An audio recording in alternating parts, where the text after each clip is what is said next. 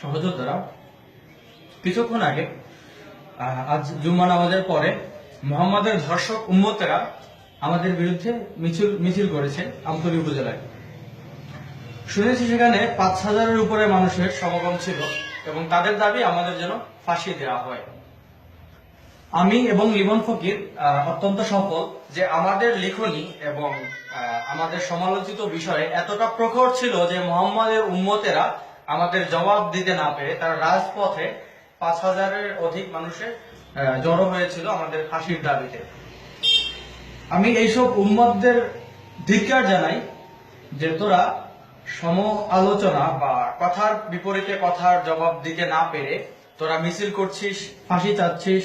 তারপরে তোরা আমার বাবা মার কাছে গিয়ে, আমাদের বাড়িতে গিয়ে হুমকি দামকি দেওয়া হলো, তাদের বাড়িঘর পুড়িয়ে দেওয়া হবে এবং তাদের এই করা হবে সেই করা হবে। কতটা কাপুরুষ এবং নিকৃষ্ট হলে এটি সম্ভব।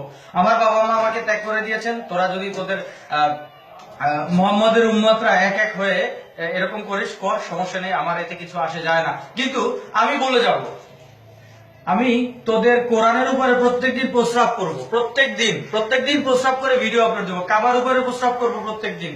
হ্যাঁ, একটি নাসিরনগরে তোরা যা দেখিয়েছিলি একটি ফটোশপের ছবির কারণে আমি প্রত্যেকদিন কাবার ছবির উপরে প্রস্রাব করব। তোদের মোহাম্মদ ধর্ষক মোহাম্মদের চরিত্র একদম এ টু জেড তুলে ধরবো। তোরা পারলে ঠেকা, তোরা ফাঁসি দিবি, মামলা দিবি, এই করে সে করে দে। তোদের কার বাপের ক্ষমতা আছে দেখি কিছু কর। তোর হাসিনারিতেও কিছু করতে পারবে না, তোরা এত লাফাচ্ছিস। তোদের পালছে হাসিনা, তোর হাসিনারই কেয়ার করি না, তোর মোহাম্মদের টুট বুঝতে পারছিস?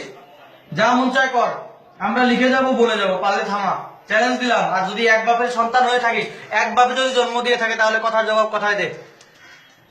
রাস্তায় লাফালাফি করিস না পাগল কুত্তার মতো।